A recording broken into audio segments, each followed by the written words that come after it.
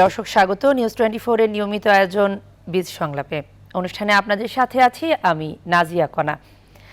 আপনারা জানেন দর্শক যে করোনার এই মহামারীকালে অর্থনীতি ঝুঁকিতে, আর অর্থনীতি যখন ছুটিতে সেই পরিস্থিতিতে বিশ্বব্যাপী একই পরিস্থিতি দেখছি, বাংলাদেশও আমরা দেখছি চলছে ছাঁটাই, বাড়ছে বেকারত্ব এবং কমছে কর্মসংস্থান। সেই জায়গাটাতেই আসলে আমাদের শঙ্কার জায়গা যে কর্মসংস্থান যখন ঝুঁকিতে, তখন আসলে দেশের সামগ্রিক পরিস্থিতি কি হতে পারে, বেকারত্ব বাড়বে সেই আশঙ্কা করা হচ্ছে, দারিদ্র্যের সংখ্যা বাড়বে। আমাদের যারা ব্যবসায়ীরা আছেন, প্রতিষ্ঠানগুলো আছে, তারাও আসলে এই সময় টিকে থাকার লড়াই করে যাচ্ছেন। সব কিছু মিলিয়ে উভয়ের মধ্যে আসলে সামঞ্জস্য কিভাবে আনা যায়, কিভাবে কাজ করলে আমরা আসলে এই সংকটগুলো মোকাবিলা করে সামনের দিনে একটি সমৃদ্ধ বাংলাদেশের পথে এগিয়ে যেতে পারি, সেই বিষয়ে আজকে আলোচনা করব। এবং আলোচনার জন্য আমাদের সাথে আজকে তিনজন বিশিষ্ট অতিথি যুক্ত আছেন। আমাদের সাথে যুক্ত আছেন জনাব মোহাম্মদ জসিমউদ্দিন, তিনি সাবেক প্রথম সহসভাপতি FBCCI। আমাদের সাথে যুক্ত আছেন Bangladesh textile mill association BTM এর সভাপতি জনাব মোহাম্মদ আলী খোকন, এবং আমাদের সাথে যুক্ত আছেন ডক্টর সেলিম রায়হান, তিনি বেসরকারি গবেষণা প্রতিষ্ঠান সানেমের নির্বাহী পরিচালক। আপনাদের তিনজনকে স্বাগত জানাচ্ছি আমাদের আজকের আয়োজনে। দর্শক আপনাদেরকেও স্বাগত জানিয়েছি। আলোচনায় যাব, তবে তার আগে আজকে দিনের অর্থনীতির একটি প্রতিবেদন দেখব। করোনা মহামারীর প্রভাবে বিপর্যস্ত অর্থনীতিকে টেনে তুলতে দেশের কৃষি শিল্প সহ সামগ্রিক আর্থিক খাতের পুনরুদ্ধারে সবার আগে নিশ্চিত করতে হবে প্রণোদনা প্যাকেজের বাস্তবায়ন, এমন মত দিয়েছেন অর্থনীতি বিশ্লেষকরা। নতুন বাজেটের সমালোচনা করে অর্থনীতিবিদরা বলছেন, এবারের বাজেট বিনিয়োগ ও কর্মসংস্থান বান্ধব হয়নি, উল্টো প্রতিনিয়ত বিভিন্ন খাতে কাজ হারাচ্ছে মানুষ। দীর্ঘমেয়াদে অর্থনীতিকে গতিশীল করতে রপ্তানি ও শ্রম বাজারে গভীর মনোযোগ দেওয়ার পরামর্শ দিয়েছেন কেউ কেউ। বিস্তারিত জানাচ্ছেন বাবু কামরুজ্জামান। রাজধানীতে অফিসগামী যান চলাচলের ব্যস্ততা আছে, তবে তা স্বল্প পরিসরে। এরই মধ্যে কর্মহীন হয়ে পড়েছে বিপুল সংখ্যক মানুষ। ফুটপাত ব্যবসায়ী থেকে শুরু করে শিল্প খাত, কোথাও কোনো ছন্দ নেই। করোনার ধাক্কায় ওলটপালট হয়ে গেছে অর্থনীতির সব খাতের হিসাব নিকাশ। মহামারী থেকে অর্থনীতি পুনরুদ্ধারে প্রণোদনা প্যাকেজের অর্থ দ্রুত ছাড় করতে জুলাই মাসের মধ্যেই অধিকাংশ ঋণ বিতরণ করার নির্দেশনা দিয়েছে বাংলাদেশ ব্যাংক। অর্থনীতি বিশ্লেষকরা বলছেন, কেবল প্রণোদনা প্যাকেজের বাস্তবায়ন হলেই অর্থনীতি ঘুরে দাঁড়াবে না, নিতে হবে আরও সৃজনশীল পদক্ষেপ। পুঁজিবাজারে সেকেন্ডারি মার্কেট, প্রাইমারি মার্কেট, এটা ডেভেলপ করতে হবে। আর সবচেয়ে বড় একটা সংস্কার যেটা এনবিআর এর সংস্কারটা করতে হবে। প্রণোদনায় 1 লক্ষ কোটি টাকার প্রণোদনার উপর ডিপেন্ড করলে চলবে না, আমাদের সাথে এই সংস্কারগুলো করতে হবে। সরকারের যে নীতিগুলো আমি দেখছি সেখানে হচ্ছে মোটামুটি ভাবে যে সংক্রমণের মতো সংক্রমণ চলতে থাকুক, অর্থনীতির মতো অর্থনীতি এগিয়ে যাবে, কিন্তু এটা পুরোপুরি ভাবে হতে পারে না এবং পৃথিবীর কোনো দেশে হয়নি। এবং আমেরিকাতে আমরা দেখছি যে সেখানে আবার নতুন করে সংক্রমণ বেড়ে গেছে এবং অর্থনীতি আবার স্থবির হয়ে যাচ্ছে। স্থলবন্দর, বিমানবন্দর, নৌবন্দর, সমস্ত বন্দর এবং সবগুলোকে কার্যকর রাখতে হবে। আমদানি রপ্তানি কর্মকাণ্ড চালিয়ে যেতে হবে। পহেলা জুলাই থেকে কার্যকর হওয়া নতুন বাজেটের সমালোচনা করে অর্থনীতি বিশ্লেষকরা জানান, অনানুষ্ঠানিক খাতের বিপুল সংখ্যক মানুষের আর্থিক কর্মকাণ্ড টিকিয়ে রাখতে বাজেটে সুস্পষ্ট কোনো নির্দেশনা নেই। ফলে আগামী দিনে আরও বড় চ্যালেঞ্জ ও আশঙ্কার কথা বলছেন বিশ্লেষকরা। বহুদিক থেকে চাপের মুখে পড়ে যাচ্ছি। কর্মযোগ্য সৃষ্টি করতে হবে, তাহলে কিন্তু নিম্ন আয়ের লোকেরা তাদের কর্মক্ষেত্রে আবার যোগদান করতে পারবে। এই বাজেট দিয়ে লাভ হবে না, এই বাজেট আমাদের কিচ্ছু দিতে পারবে না যদি না আমরা এই সংক্রমণ একটা কন্টেন্ট লেভেলে না আনতে পারি। কর্মসংস্থানের ব্যাপারে বাজেটে তেমন কোনো সুদৃঢ়, কোনো সুস্পষ্ট প্রস্তাব নেই। আর দ্বিতীয়ত আত্মকর্মসংস্থান অথবা স্বনিয়োজিত ব্যবসা, ছোটখাটো ব্যবসা, বিশেষ করে বেকার যুবক এবং বেকার যারা কর্মহীন হয়ে পড়ছে, তাদের কোনো স্পেসিফিক কিছু নেই, কিন্তু এটা অত্যন্ত দুঃখজনক। বিপর্যস্ত অর্থনীতি টেনে তুলতে রপ্তানি ও শ্রমবাজার স্বাভাবিক করার তাগিদ দিয়েছেন বিশ্লেষকরা। বাবু কামরুজ্জামান, নিউজ 24, ঢাকা। প্রতিবেদন দেখছিলাম, সেই প্রতিবেদনে উঠে এসেছে নানা শঙ্কার কথা, নানা পরামর্শ আমরা পেয়েছি। তবে এইসব বিষয় এবং সাথে আজকে আমরা যে শিরোনাম ঠিক করেছি, ঝুঁকিতে অর্থনীতি, ঝুঁকিতে কর্মসংস্থান, সে বিষয়ে কথা বলবো। অতিথিদের সাথেও পরিচয় করিয়ে দিয়েছি। এরই মধ্যে আমরা শুরুতেই যাব জনাব মোহাম্মদ জসিমউদ্দিন, আপনার কাছে। ব্যবসায়ীদের শীর্ষ সংগঠন FBCCI এর আপনি সাবেক প্রথম সহসভাপতি। একটু জানতে চাই যে আসলে এই সময় আমরা দেখছি যে কর্মী ছাঁটাই, কর্মীদের বেতন কাটা, বোনাস কাটা, এই ধরনের নানা আসলে শঙ্কা চলছে এবং বাস্তবেও তা চলছে। শুরুতেই তৈরি পোশাক খাত শুরু করলো এবং এখন আমরা দেখছি যে দেশীয় শিল্প যেগুলো আছে তারাও তাদের কর্মী ছাঁটাইয়ের দিকেই আস্তে আস্তে যাচ্ছেন। এই পরিস্থিতি কেন হলো, আসলে পরিস্থিতি কি, সামনের দিনে আমরা আসলে কোথায় যাচ্ছি? ধন্যবাদ আপনাকে। আসলে আমরা আমাদের যে করোনার যে মহামারী, এটা তো সারা বৈশ্বিক প্রবলেম। এই বৈশ্বিক প্রবলেমের কারণে সারা বিশ্বই এখন বিপর্যস্ত। আপনি জানেন যে বড় বড় কোম্পানিগুলি, মাল্টিন্যাশনাল গুলি, আমি গতকালকে দেখলাম আপনার এয়ারক্রাফট কোম্পানি, এয়ারস্পেস, তারা প্রায় 12,000 কর্মী ছাঁটাই করছেন। আমেরিকাতে অনেক বড় বড় কোম্পানি তাদের লোকজনকে ছাঁটাই করছেন। আমাদের মাননীয় প্রধানমন্ত্রী অনেক দূরদর্শী, উনি শুরুতেই কতগুলি প্যাকেজ নিয়ে এসছেন যেন আমাদের এই যে সময়টুকু আমরা সাফারিং করছি, এই সময়টুকু যেন ঠেক দেওয়া যায়। এবং উনি যে প্রায় 1 লক্ষ কোটি টাকার যে প্রণোদনা ঘোষণা করেছেন, এই প্রণোদনাটার মেইন উদ্দেশ্য ছিল যেন এই যে কাজগুলি হচ্ছে, কর্মী ছাঁটাই, ব্যবসা বাণিজ্য খারাপ, এই জন্য। আসলে আমাদের বিজিএমই এর যে প্যাকেজটা, বেতন 3 মাসের বেতন ছাড়া অন্যান্য প্যাকেজ ব্যাংকগুলি থেকে কেউ পেয়েছেন কিনা আমি জানি না। এই জায়গাটা এখনো অনেক স্লো। এটি একটি। আরেকটি হচ্ছে যারা এক্সপোর্ট করেন তারা তাদের প্রায় বড় একটা অংশ অর্ডার হারিয়েছেন এবং স্থগিত হয়ে আছেন, বায়াররা নিচ্ছেন না। প্লাস দেশীয় যে ইন্ডাস্ট্রিগুলি, দেশীয় কোম্পানিগুলি, যেহেতু লকডাউন, বিভিন্নভাবে খাদ্য এবং নিত্য প্রয়োজনীয় জিনিস ছাড়া অন্যান্য জিনিস তো বেচা বিক্রি নাই, যার কারণে তারাও কিন্তু বিক্রি করতে পারছেন না। সেই অবস্থাতে যদি প্যাকেজটা যদি পেতেন, হয়তো যে আমরা যে ভয়টা পাচ্ছি এখন, অনেক লোককে ছাঁটাই করতে হবে, ক্যাপাসিটি কমাইতে হবে, কারণ আমাদের এভারেজে এখন লোকাল কোম্পানিগুলি 25%, 30% উপরে কেউ কিন্তু রান করতে পারছেন না। এখন 25-30% রান করে 100% লোকজনকে কতদিন রাখতে পারবে? 1। 2 নম্বরে যে মাননীয় প্রধানমন্ত্রী এইটাকে যেন না হয় জন্য প্যাকেজগুলি দিয়েছেন, ব্যাংকগুলি যদি সেই প্যাকেজগুলি যদি একটু পজিটিভলি দেখতেন, তাইলে হয়তো তারা ওই প্যাকেজগুলি থেকে নিয়ে কিছুটা তাদের লোকজনকে আরো বেশি দিন রাখতে পারতেন। কারণ আমাদের যে অবস্থাটা কবে শেষ হবে, কবে কোথায় যে এন্ডিং হবে, এটা কিন্তু আমরা কেউই জানি না। এটা কিন্তু আমাদের বাংলাদেশের যে সিচুয়েশন, আমাদের সিচুয়েশন আজ থেকে 1 মাস আগে যা, এখনো কিন্তু তাই। তো সুতরাং আমরা জানি না যে কালকে আমাদের শেষ হয়ে যাবে বা আগামী মাসে শেষ হয়ে যাবে। ঠিক আছে, 1 মাস আমরা কষ্ট করে আমাদের লোকজনকে রেখে দিব, আমাদের ছাঁটাই করার প্রয়োজন হবে না। কারণ ডিমান্ড যদি না থাকে, ফ্যাক্টরি যদি না চালাইতে পারেন, তাইলে কিন্তু এটা হবেই। এখন এখানে আমাদের প্রবলেম হয়েছে যেটা, বাংলাদেশে তো বাইরে কিন্তু হায়ারিং ফায়ারিং কিন্তু অনেক সহজ ব্যাপার। আমার এক বন্ধু আমেরিকাতে একটা বড় চেইন শপে কাজ করে প্রায় 20 বছর। সে আমাকে ফোন করে বলল যে, বন্ধু আমাকে ডেকে নিয়ে বলল, তোমার বেতন 50% করে দেওয়া হয়েছে, তুমি যদি চাকরি করো তাহলে জয়েন করো। সে প্রথমে একটু ইমোশনাল হয়েছে যে আমি 20 বছর চাকরি করলাম, এত টাকা বেতন পাই, এখন যদি অর্ধেক করে দিই কি করব।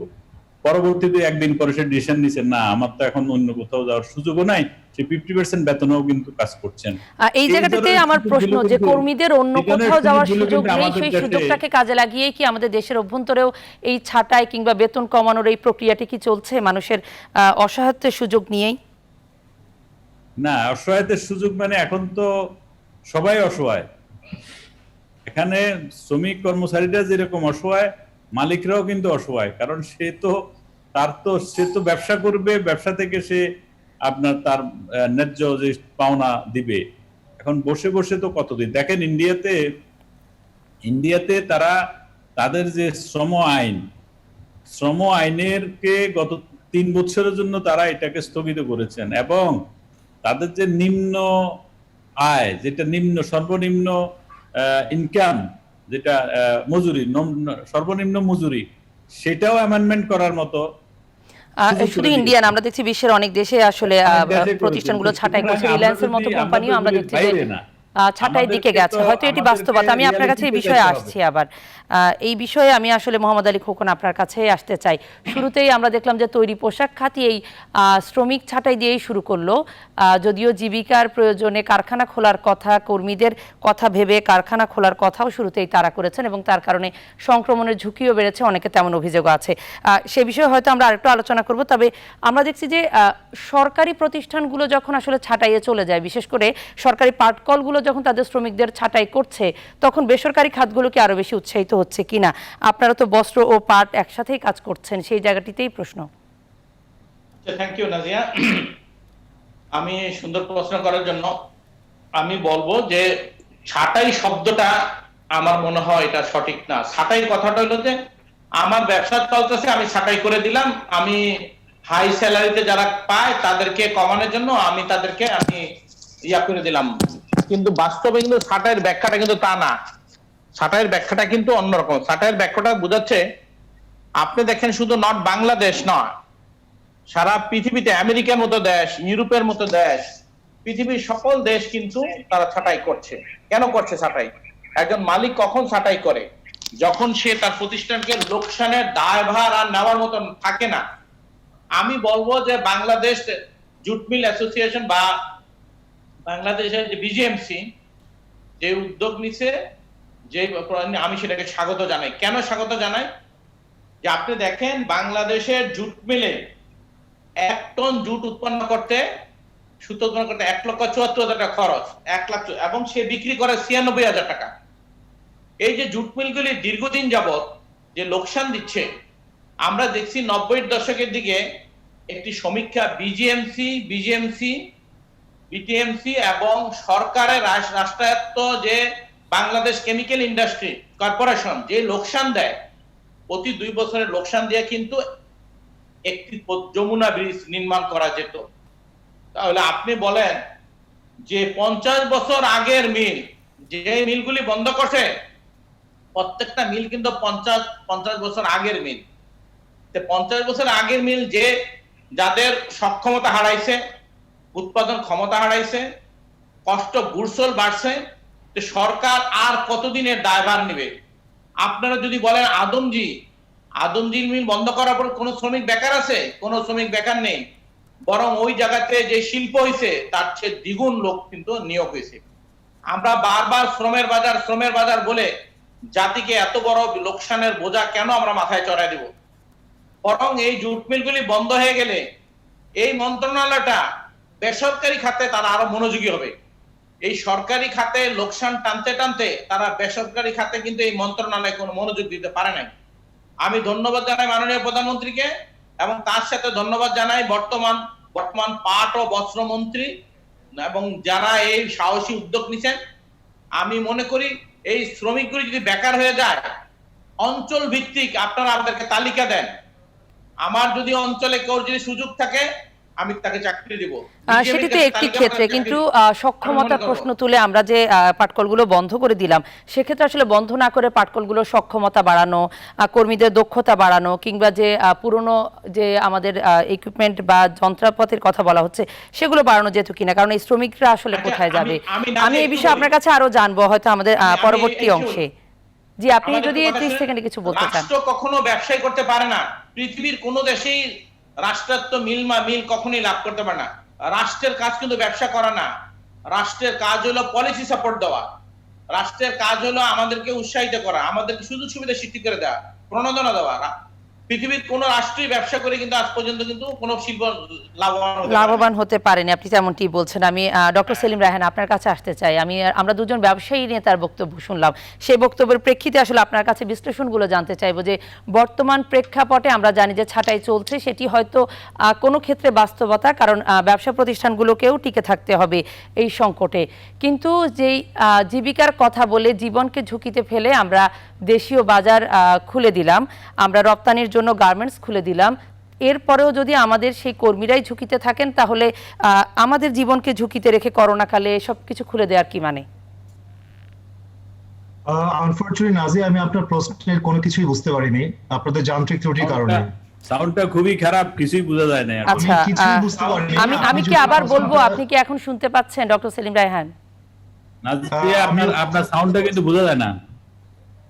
আচ্ছা, এখন কি শুনতে পাচ্ছেন ডক্টর সেলিম রায়হান? আমি একটু চেষ্টা করছি, যদি আরেকবার বলেন আমি হয়তো আচ্ছা, চেষ্টা করে বোঝানোর চেষ্টা করব।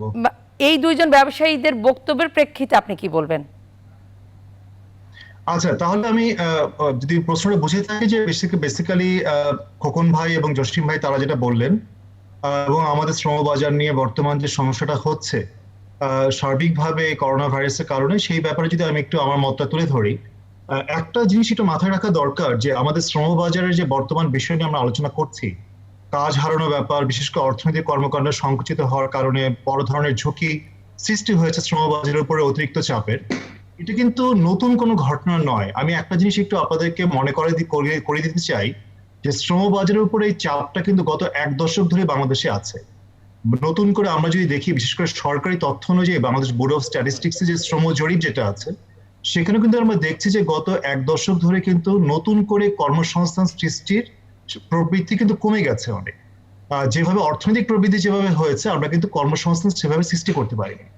এবং আরেকটা জিনিস হচ্ছে, আমরা সবাই এগ্রি করি যে আমাদের কর্মসংস্থানের একটা বিশাল অংশ, 85% উপরেও আসলে হচ্ছে অনানুষ্ঠানিক খাতে।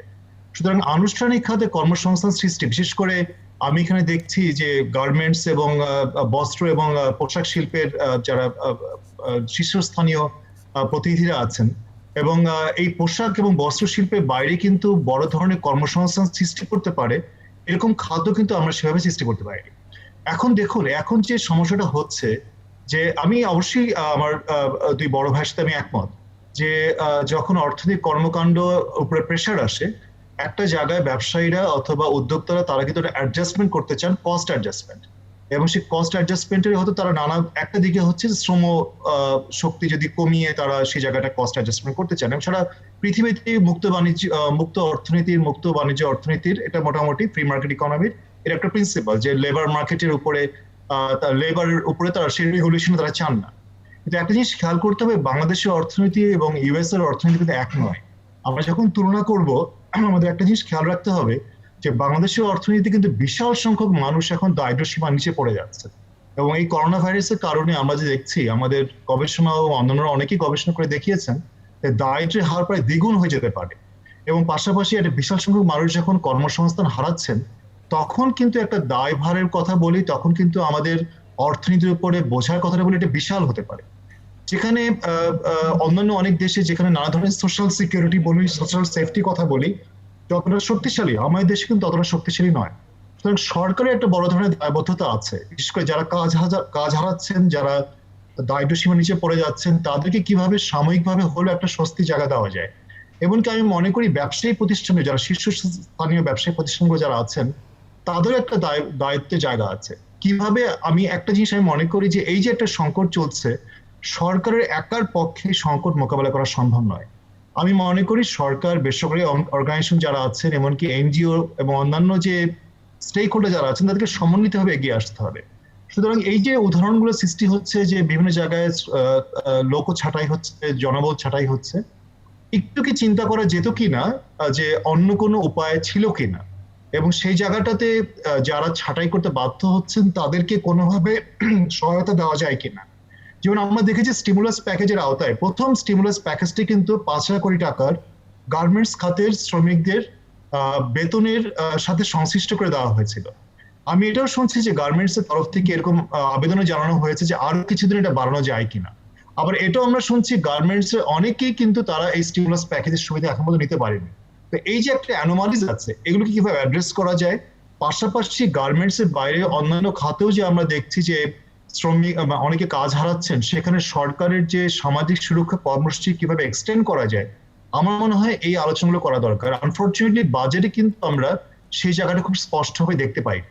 বাজেটে সেই জায়গাটি স্পষ্ট নয়, সেটি অনেকেই বলছেন, কিন্তু সেই জায়গাটি স্পষ্ট করে আসলে কি হতে পারে সে বিষয়গুলোই জানবো।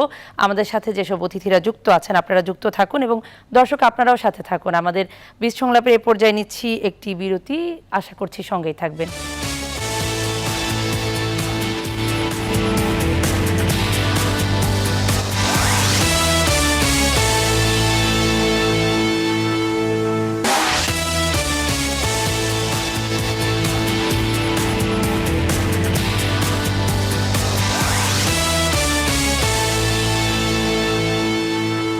দর্শক, আরেকবার আমন্ত্রণ জানাচ্ছি বীজ সংলাপে। আমি নাজিয়া কণা আছি আপনাদের সাথে। আমাদের সাথে অতিথিরাও যুক্ত আছেন। আমি মোহাম্মদ জসিমউদ্দিন আপনার কাছে আসতে চাই। প্রণোদনার প্যাকেজ নিয়ে কথা হচ্ছিল যে প্রণোদনার প্যাকেজ সবাই পাচ্ছেন না। বড় ব্যবসায়ীরা যাও পাচ্ছেন, ক্ষুদ্র ও মাঝারি উদ্যোক্তা যারা আছেন, কুটির শিল্পের সাথে যারা কাজ করছেন, তারা কিন্তু এই প্রণোদনার কোনো অর্থই আসলে পাচ্ছেন না। সেক্ষেত্রে আসলে তাদের ক্ষেত্রে ঝরে পড়া সংখ্যাটা অনেক বেশি হয়ে যাচ্ছে। কর্মসংস্থানে আরো বেশি চাপ পড়বে যদি প্রণোদনার অর্থ তারা ঠিকমতো না পান। সেক্ষেত্রে আসলে কি করা যেতে পারে? আসলে বাংলাদেশের আমাদের প্রায় 80% উপরে কিন্তু এসএমই খাত। এই এসএমই খাতের জন্য মাননীয় প্রধানমন্ত্রী 20,000 কোটি টাকার একটা প্রণোদনা ঘোষণা করেছেন এবং 30,000 কোটি টাকার আরেকটা প্রণোদনা করেছেন সবার জন্য। আমি জানি না এখানে আমাদের আরো আমাদের খোকন ভাই আছেন, উনি বড় ব্যবসায়ী, আমরা পাইনি, আপনারা পাইছেন কিনা আপনার এই প্রণোদনার কোনো প্যাকেজ? আমি আমাদের গ্রুপে তো অনেকগুলি ইন্ডাস্ট্রি আছে, আমরা আমার মনে হয় না আমরা কোনোটা পেয়েছি। শুধু গার্মেন্টস একটা আছে, গার্মেন্টস এর বেতন কেন পাননি? জটিলতা কোথায় হচ্ছে? এখন এটা অ্যাকচুয়ালি যেটা প্রবলেম সেটা হচ্ছে মেন্টালিটি, মানসিকতা। ব্যাংকগুলি মনে করে যে এই প্যান্ডামিক সিচুয়েশনে টাকাটা দিলে টাকাটা আবার পাবো কিনা। আর এখানে বলা হয়েছে ক্লায়েন্ট এবং আপনার ব্যাংকের রিলেশনের উপরে ভিত্তি করবে। সম্পর্ক ভিত্তিতে, হ্যাঁ এটা ঠিক আছে, এটা ফাইন, কারণ সে তো যে কাউকে দিতে পারে না তার রিলেশনের উপর। কিন্তু এই ভয়ের কারণে অনেক জায়গায় বাংলাদেশ ব্যাংক থেকে কিন্তু প্রেসার দিচ্ছে, বাংলাদেশ ব্যাংক থেকে সিটি ইস্যু হচ্ছে, তারপরেও কিন্তু হচ্ছে না। এখন ইদানিং কিছু কিছু ব্যাংক কিন্তু শুরু করছেন। গতকালও আমি একটা ব্যাংকের ম্যানেজিং ডাইরেক্টরের সাথে আমি নিজে কথা বলছি যে ভাই আপনারা এটা প্রসেস করছেন না কেন, আপনার বাংলাদেশ ব্যাংকে পাঠাইতে আপনার প্রবলেম করছে। এগুলি আমাদের মতো ব্যবসায়ীদের ক্ষেত্রে এরকম হচ্ছে। তো ছোট ছোট যারা আছে ওদের জন্য তো আরো প্রবলেম, বিশেষ করে আপনার এসএমই মাইক্রো লেভেলে যারা আছে, কারণ ওরা কিন্তু ব্যাংকের সাথে এমনিই তো তাদের ব্যবসা বাণিজ্য কম। আর বাংলাদেশে আরেকটা জিনিস হচ্ছে সব ব্যাংক কিন্তু এসএমই নিয়ে কাজ করে না, স্পেশালাইজ কিছু ব্যাংক আছে। আমি মনে করি এর আগে আমাদের এফবিসিসি এর একটা মিটিং ছিল, ওখানেও আমি বলছি যে কিছু কিছু স্পেশালাইজ ব্যাংক যারা আছে, যারা এসএমই নিয়ে কাজ করে, তাদেরকে কিছু স্পেশাল দায়িত্ব দিয়ে অ্যাসোসিয়েশন গুলিকে, চেম্বার গুলিকে যদি অ্যাড করে ট্রাইপার্টি একটা এগ্রিমেন্ট করে যদি আগানো যায়, তাইলে কিন্তু অনেক উপকার হবে, অনেক সুবিধা হবে। তাহলে আপনি মনে করছেন যে এই সংকটটা কাটবে? আপনার কাছে আরেক দফায় আসবে, এই অংশে আমাদের সময় কম আছে। আমি ডক্টর সেলিম রায়হান এই বিষয় নিয়ে আপনার কাছে আসতে চাই। প্রণোদনা পেতে সবাই বলছে যে এক ধরনের সংকটের মধ্যে পড়তে হচ্ছে, কিন্তু ব্যাংকগুলো কেন নিরুৎসাহিত? বাংলাদেশ ব্যাংকের পক্ষ থেকেও তারল্য বাড়ানোর কিছু ঘোষণাও দেওয়া হয়েছে ব্যাংকগুলোতে। কি বলবেন আসলে? না, এটা তো খুব পরিষ্কার। আমরা যে তথ্য পাচ্ছি যে প্রণোদনা প্যাকেজে বিশেষ করে এসএমইর কথাটা যদি খুব সুনির্দিষ্টভাবে বলি, অনেকেই কিন্তু একটা বিশাল যা অর্থ ছাড়া হয়েছে খুবই নগণ্য, এবং এটা কিন্তু যে 20,000 কোটি টাকার যে একটা বড় ধরনের প্রণোদনা প্যাকেজ শুনতে অনেক অবশ্যই এনকারেজিং। এটা যদি বাস্তবে যদি ইমপ্লিমেন্টেড না হয়, আমরা যে ইকোনমিক রিকভারির কথা বলছি এবং আমরা যে আলোচনাটা শুরু করেছিলাম জব ক্রিয়েশনের ব্যাপার, এমপ্লয়মেন্টের ব্যাপার, সেই টার্গেটগুলো তো একেবারেই আমরা মিট করতে পারবো না। এবং বাংলাদেশ ব্যাংকের কথা বলছেন, ব্যাংকের কথা জসিম ভাই খুব নাইসলি বলেছেন। আসলে যে ব্যাংকের সাথে এসএমইর সম্পর্ক কিন্তু আগে থেকে দীর্ঘদিন ধরেই সমস্যা। মানে এটা অনেক এসএমই তারা ব্যাংক অ্যাকাউন্ট অথবা অনেক ব্যাংকই তারা এসএমই গুলোকে লোন দিতে তারা সাই ফিল করে। সেই ক্ষেত্রে আমি তো মনে করি ইমিডিয়েটলি একটা স্পেশাল অ্যারেঞ্জমেন্ট দরকার। যদি সরকার আন্তরিক হন এবং সরকারের যদি ওই উদ্যোগটা থাকে, যেটা তার আন্তরিকতা দেখিয়েছেন স্টিমুলাস প্যাকেজ ঘোষণা করে, সেটা নিঃসন্দেহে মনে করি সাধুবাদ পাওয়ার যোগ্য। কিন্তু ঘোষণাটাই যথেষ্ট নয়, এটাকে বাস্তবে কার্যকর করাটা আমি মনে করি। এবং এটা করতে গিয়ে যে বাধাগুলো আমরা সবাই শুনছি, জানছি, এই ক্ষেত্রে আমি মনে করি ইমিডিয়েট উদ্যোগটা নেওয়া দরকার এবং রিলেভেন্ট যারা স্টেক হোল্ডার তাদেরকে নিয়ে যদি একটা স্পেশালাইজড কোনো একটা কমিটি করা যায় এবং তারা যদি স্পেশালাইজ যে ব্যাংকগুলো আছে তাদের মাধ্যমে যদি লোনগুলো ডিসবার্স করা যায়, এবং কোনো কোনো জায়গায় হয়তো এসএমইর জন্য কিছু ছাড় দিতে হবে, এবং সেই ছাড়গুলো কিভাবে দেওয়া যায়, কতটুকু দেওয়া যায়, এই অ্যাসেসমেন্ট গুলো, এই গাইডলাইন গুলো তৈরি করা খুবই জরুরি। এবং আমি মনে করি আমাদের হাতে সময় বেশি নেই, সময় খুব বেশি নেই। আমি সেই সময় বেশি নেই, কিন্তু সেভাবে কিভাবে আমরা কর্মপরিকল্পনাগুলো একটু অ্যাড করতে চাই নাজিয়া, সেটা হচ্ছে মাননীয় প্রধানমন্ত্রী কিন্তু ওনার দায়িত্ব কিন্তু উনি করে দিয়েছেন, সরকারের দায়িত্ব কিন্তু সরকার পালন করেছেন। এখন যারা ইমপ্লিমেন্ট যারা করবেন তারা কিন্তু সেই কাজটা ঠিকভাবে করছেন না। আমি মনে করি সরকারের এখন মানে মিনিস্ট্রি থেকে এবং মাননীয় প্রধানমন্ত্রীর অফিস থেকে জিনিসটা একটু স্পিড আপ, যদি তাদের সাথে যারা ইমপ্লিমেন্টার তাদের সাথে যদি একটু কাজ করে, এবং ব্যাংক অ্যাসোসিয়েশন আছে, ব্যাংক অ্যাসোসিয়েশনকেও ডেকে বলতে পারে, অথবা ব্যাংকার্স অ্যাসোসিয়েশন আছে, ব্যাংকার্স অ্যাসোসিয়েশন কেউ জিনিসটা বলতে পারে। এখানে কিছু কিছু স্পেশালাইজ কোম্পানি মানে ব্যাংক আছে এবং প্রতিষ্ঠান আছে, যেমন এসএমই ফাউন্ডেশন আছে, তারপরে এরকম অনেকগুলি প্রতিষ্ঠান আছে, তাদেরকে কিন্তু এখন ইউজ করতে পারে সরকার ইচ্ছা করলে। সরকার আচ্ছা এই জায়গাটাতেই তাহলে আমার একটি প্রশ্ন, যেহেতু আমরা দেখছি যে প্রণোদনা প্যাকেজ যে 2% বলা হচ্ছে সেটি বড়দের ক্ষেত্রেও যা ছোটদের ক্ষেত্রেও তা, কিন্তু ছোটদেরকে ব্যাংক যখন লোন দিতে যায় তাদের যে লেন্ডিং কস্টটি বেশি পড়ে যায় আর তার কারণে তারা অনেক সময় উৎসাহিত হতে পারে না। তাহলে কি সরকার যদি উভয় জায়গায় একই ধরনের ব্যবস্থা রাখে সেটি কি আসলে আদৌ কার্যকর হবে কিনা? নাই তো, এখানে এসএমইর জন্য করেছে 2% আর বড়দের জন্য করেছে 4%। 4.5% করেছে, কিন্তু তারা ব্যাংকাররা যেটা বলছেন যে তাদের লেন্ডিং কস্ট যদি বড় একজন ব্যবসায়ীকে দিতে 500 কোটি টাকা যে খরচ হবে, ক্ষুদ্র অনেককে দিতে তাদের লোকবল সহ নানা সংকটে খরচ বেড়ে যাবে। নাজিয়া এখানে কিন্তু আগে গভর্নমেন্ট তাদেরকে দিয়ে দিচ্ছে, বাংলাদেশ ব্যাংক তো তাদেরকে দিয়ে না, এখানে তো গভর্নমেন্টের যে সূত্র ছিল 9, 6 এবং 9, 6 লেন্ডিং নিবে, 6 তে তারা ডিপোজিট নিবে, 9 তে তারা দিবে। আর এখন যে 4.5% গভর্নমেন্ট দিচ্ছে উত্তরকিটা, এটা তো ব্যাংক দিচ্ছে না, ব্যাংক দিচ্ছে না। হ্যাঁ, সেই জায়গাটাতেও ব্যাংকাররা এখনো নিরুৎসাহিত, কারণ এই জায়গাগুলোতে দিতে তারা বলছেন যে গতকালকে আমরা আসলে এই নিয়ে আলাপ করছিলাম ব্যাংকের চেয়ারম্যানদের সাথেই, তারাই তখন বলছিলেন যে এই জায়গাটাতেও তাদের আসলে নিরুৎসাহিত, যেহেতু তাদের সাথে সম্পর্কও থাকে না সেভাবে যারা এসএমই উদ্যোক্তা তাদের সাথে।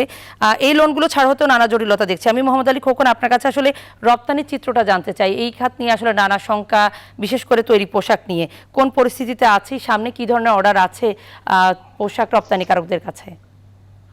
আমি মনে করবো যে আমরা এখনো সংখ্যায় আছি, যে আমরা প্রথম কথা থেকে আমরা জসিম ভাই যে কথাটা বলছে এবং রায়হান সাহেব, আমি সেলিম রায়হান সাহেবের কথাটাকে আমি একত্র করে বলছি, সেটা হলো যে ছাঁটাই শব্দটা কিন্তু আমি বলবো এই মুহূর্তে অ্যাপ্রোপ্রিয়েট শব্দ নয়। আমি আবারও বলছি, ছাঁটাই একটা মিল মালিক কখন করে, যখন তার আর কোনো উপায় থাকে না।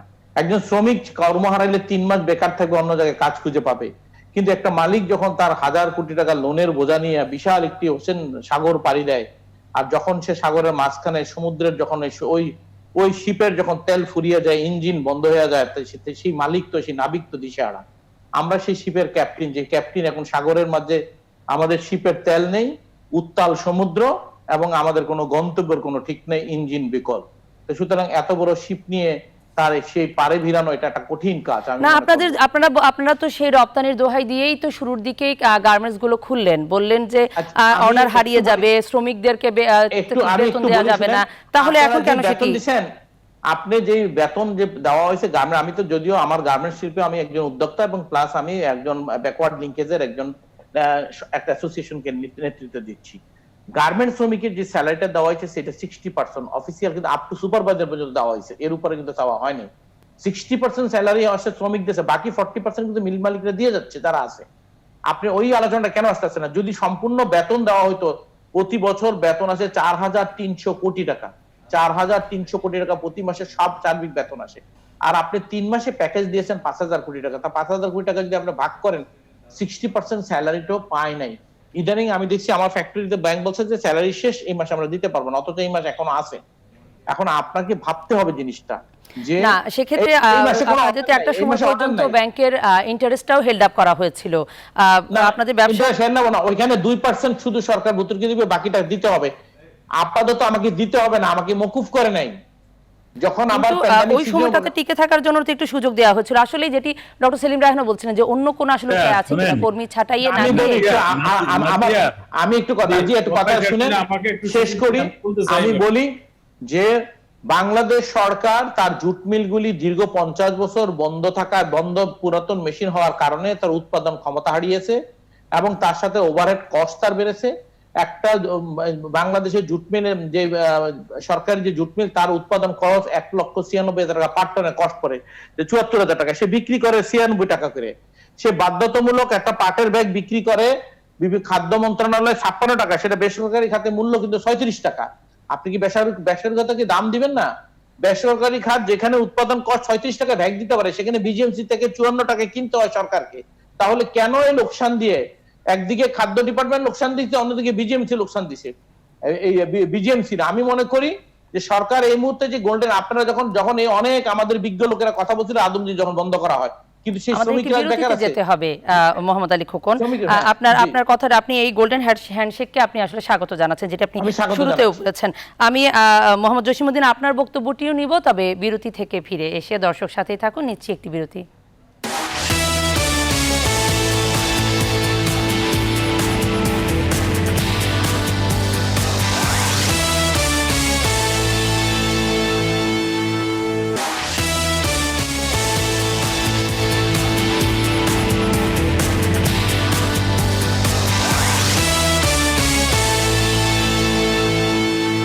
দর্শক, আরেকবার আমন্ত্রণ বীজ সংলাপে। কথা বলছিলাম ঝুঁকিতে অর্থনীতি, ঝুঁকিতে কর্মসংস্থান এই শিরোনামে। অতিথিরা যুক্ত আছেন আমাদের সাথে। মোহাম্মদ জসিমউদ্দিন, আপনি যুক্ত করতে চাচ্ছিলেন বিরতির আগে, আমিও সাথে একটি বিষয় যোগ করে দিই, যেটি বলছিলাম, যে বিষয়ে আলাপ করছিলাম, যে জীবিকার প্রয়োজনে জীবনকে ঝুঁকিতে ফেলে আমরা সবকিছু খুলে দিলাম, কিন্তু এখন আমরা দেখলাম যে জীবনও ঝুঁকিতে, জীবিকাও ঝুঁকিতে। কি বলবেন আসলে? আসলে আপনাকে ধন্যবাদ। তখন আমরা বিশেষ করে গার্মেন্টস ইন্ডাস্ট্রি থেকে বলা হয়েছিল যে আমাদের ইন্ডাস্ট্রিটাকে খুলে দেওয়ার জন্য সরকারের বিধি মেনে, যে সকল বিধিগুলি আছে সেগুলিকে মানে মেনে যেন ফ্যাক্টরিগুলি খোলা হয় এবং অ্যাকর্ডিংলি খোলা হয়েছে। তখন আপনি জানেন যখন এই ফ্যাক্টরিটা বন্ধ হয় তখন কিন্তু অনেকেরই অনেক হাতে অনেক অর্ডার ছিল। কিছু অর্ডার স্থগিত হয়েছে, কিছু অর্ডার ক্যান্সেল হয়েছে, অনেক অর্ডার কিন্তু স্থগিত হয় নাই। সুইং ফ্লোরে অনেক প্রোডাক্ট ছিল অনেকেরই। তো তখন এই অবস্থাতে তো এগুলি নষ্ট হয়ে যাবে। তখন সরকার এটা খুলে দিয়েছেন, কারণ আমাদের দেশে তো আসলে ওইভাবে লকডাউন করা হয় না, আমাদের সাধারণ ছুটি করা হয়েছিল। খুলে দিয়েছেন এবং মাশাআল্লাহ আমি মনে করি যে গার্মেন্ট সেক্টরের লোকজন কিন্তু তুলনামূলকভাবে এফেক্টেড অনেক কম হয়েছে। আমি খুলে দিয়েছে, তখন শিপমেন্টগুলি কিন্তু হয়ে গেছে, ওই শিপমেন্টগুলি কিন্তু করে দিতে পেরেছে, যাদের অর্ডারগুলি লাইভ ছিল তারা কিন্তু শিপমেন্টটা করে দিতে পেরেছে। এখন যেটা হয়েছে দেখেন, এখন এই যে একটা মাস, তখন এই যে 3টে মাসের যে ইউরোপ আমেরিকাতে যে লকডাউন ছিল, তাদের যে বন্ধ ছিল, যার কারণে একটা সিজন টোটাল কিন্তু কোনো অর্ডার আসে নাই বাংলাদেশে। যেটা আপনার জুলাই, আগস্ট, সেপ্টেম্বর, অক্টোবর, এই যে মাসগুলি, এই মাসে অলমোস্ট দেখবেন 50%-এর নিচে আপনার মানুষের কাছে অর্ডার নাই। তার মানে সে কিন্তু 50% ফ্যাক্টরি হয় বন্ধ রাখতে হবে, না হয় তাকে কিছু একটা করতে হবে। এই সিচুয়েশন কিন্তু বর্তমান। কারণ আপনি জানেন যে একটা সিজনে কিন্তু আপনার 3 থেকে 4 মাসের সিজনে কিন্তু বিজনেসটা হয়। সামনে আপনাদের কাছে কেমন অর্ডার আছে? সামনের দিনে রপ্তানির জায়গা, আপনি নিজে একজন তৈরি পোশাক খাতের উদ্যোক্তা। আমাদের বিজনেসটা নির্ভর করে কিন্তু বাইরের কাছে। আরেকটা যে খোকন ভাই যেটা বললেন, আমি মাননীয় প্রধানমন্ত্রীকে ধন্যবাদ জানাই, এবং উনি কিন্তু অনেক দূরদর্শী, উনি কিন্তু আমাদের থেকে অনেক বেশি বুঝেন। আপনার যখন আধুনিক জুট মিল বন্ধ করেন, আমি তখন আধুনিক জুট মিলে ব্যবসা করি, আধুনিক জুট মিল বন্ধ করেন, তখন অনেক ইমোশনাল কথাবার্তা হয়েছে যে এগুলি কোথায় যাবে, কি হবে। আজকে আধুনিক জুট মিলে যা শ্রমিক ছিল 3 গুণ বেশি শ্রমিক, এবং আপনার কয়েক মিলিয়ন ডলারের এক্সপোর্ট হচ্ছে, অনেকগুলি ইন্ডাস্ট্রি হয়েছে। আজকে আমি যেটা বললাম যে জুট মিলগুলি সরকার বন্ধ করে নাই, কিন্তু সরকার সাময়িকভাবে এটাকে বন্ধ করে এটা হয়তো বিএমআরিতে যাবে নতুন করে, কারণ 1954 এর মেশিন দিয়ে কিন্তু আপনি এখন চালাতে পারবেন না। আর এই যে কত বছর যে লসগুলি দিয়েছেন, এই লসগুলি কিন্তু আপনার আমাদের সবাই ট্যাক্সের টাকা।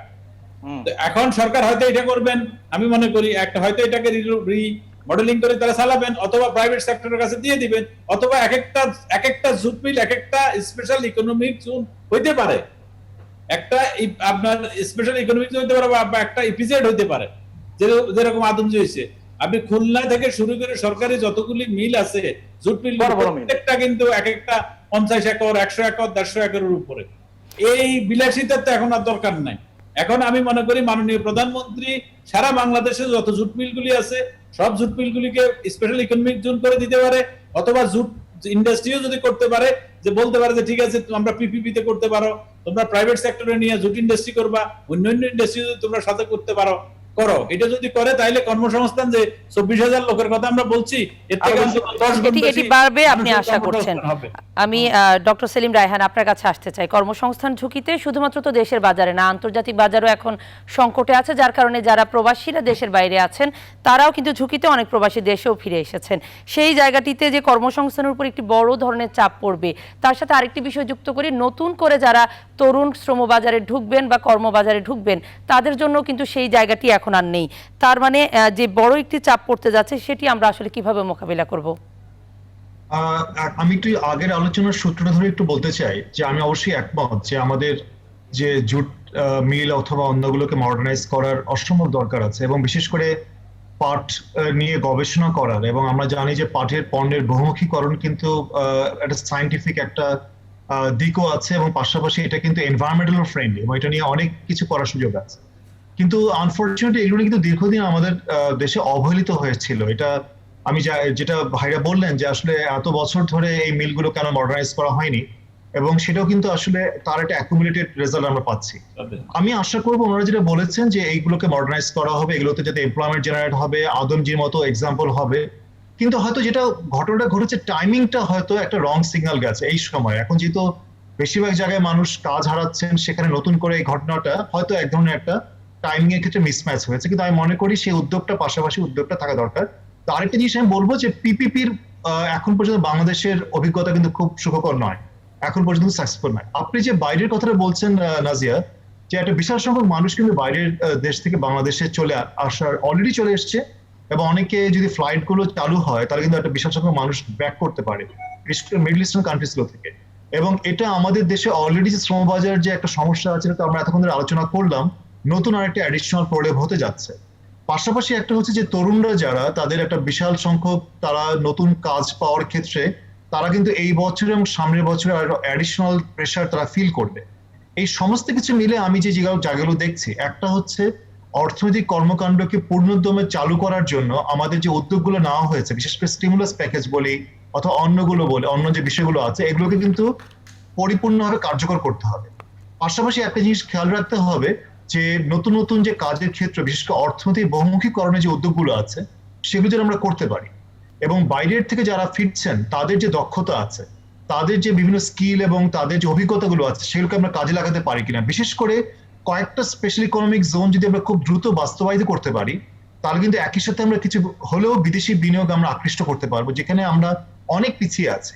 তো এই জায়গাগুলো আমার কাছে মনে হয় যে এই সময়ে খুব জরুরি ভিত্তিতে ফোকাস দিয়ে আসলে কাজগুলো করা দরকার। একটা আমরা প্রেসারেই থাকবো। মোহাম্মদ আলী খোকন, এই বিষয়ে জানতে চাই যে কাজগুলো করার পরামর্শ দিচ্ছেন, সেই কাজগুলো করার ক্ষেত্রে আসলে চ্যালেঞ্জগুলো কি দেখছেন? আমি তো হতাশ নই, প্রথম কথা হলো আমি হতাশ নই। প্রথম আমার বক্তব্য যে ঝড় যত গতিতেই আসুক না কেন, ঝড়ের অবস্থান কিন্তু ক্ষণস্থায়ী। আমি মনে করবো মাননীয় প্রধানমন্ত্রীকে আমি সর্বপ্রথম অভিনন্দন জানাই এবং তাকে ধন্যবাদ জানাই। আল্লাহ ওনাকে নেক হায়াত দান করুক। আমাদের রাষ্ট্রীয় ক্ষমতায় উনি থেকে এই ক্রাইসিস মুহূর্তে একটি দরিদ্র দেশের অর্থনীতিকে যেভাবে উনি এবার বাজেট সহ যে স্টিমুলাস প্যাকেজগুলি দিয়ে আমরা কি পেয়েছি কি পাইনি সেই আলোচনায় আমি যাব না, কিন্তু যে উদ্যোক্তারা সাহস পাইছি যে আমরা ইন্ডাস্ট্রি চালিয়ে যাই, আমাদের পিছনে দেশ আছে, রাষ্ট্র আছে, আল্লাহ তো সবকিছু করার মালিক তো আল্লাহ। আমি মনে করবো যে আমরা সেই সাহস পেয়েছি এবং সেই সাহসের কারণেই আমি মনে করি এখনো উদ্যোক্তারা বেঁচে আছে। এবং আমি আগামী জুলাই এবং আগস্ট যদি কোন রকম উদ্যোক্তারা যদি বেঁচে থাকতে পারে, আমরা বলছি এটা সার্ভাইভাল ইকোনমি, এটা এখন বাঁচার অর্থনীতি, লাভ ক্ষতির হিসাব করছি না, আমরা বাঁচার। তাহলে আগামী থেকে আমরা সেপ্টেম্বর থেকে অনওয়ার্ড আমরা ভালো সুন্দর শুভ দিনের আওয়াজ পাচ্ছি, সংবাদ পাচ্ছি। আমি মনে করি আশা করছি সেই শুভ দিন নিশ্চয়ই আসবে। আমি শেষ মন্তব্য নিতে চাই মোহাম্মদ জসিমউদ্দিন আপনার কাছ থেকে, আমাদের সময় একেবারে স্বল্পতা আছে। সেই বিষয়ে যেটি জানতে চাই যে পরিবর্তিত বিশ্বে আসলে কর্মসংস্থান সৃষ্টিতে আমাদের যারা কর্মী আছেন, যারা আমাকে একটা কথা জাস্ট শেষ করে দিই। আমি আবারও অনুরোধ করব, রাষ্ট্র যখন কোনো ব্যবসায় যেন না নামে। রাষ্ট্র কখনই পৃথিবীর কোনো দেশ রাষ্ট্র স্বয়ং ব্যবসা করে কোনো লাভবান হয়নি।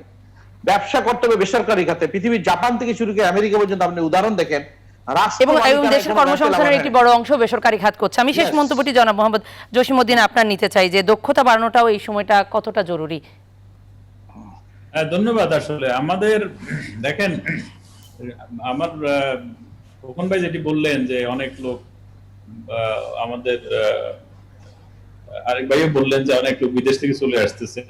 আমরা এবার দেখলাম রেকর্ড হয়েছে আমাদের 19 পয়েন্ট কত বিলিয়ন ডলার আমরা রেমিটেন্স নিয়ে আসছি। সামান্য কিছু এক্সপার্টিস লোক আমাদের দেশে কাজ করে, তাতে প্রায় 10 বিলিয়ন ডলার অফিসিয়ালি নিয়ে যায়, আনঅফিসিয়ালি হয়তো আরো বেশি নিয়ে যায়। আমাদের কিন্তু আমরা কিন্তু একটা অবস্থানে যাচ্ছি, বাংলাদেশ কিন্তু মধ্যময়ের দেশের দিকে যাচ্ছে, এটা যাবেই।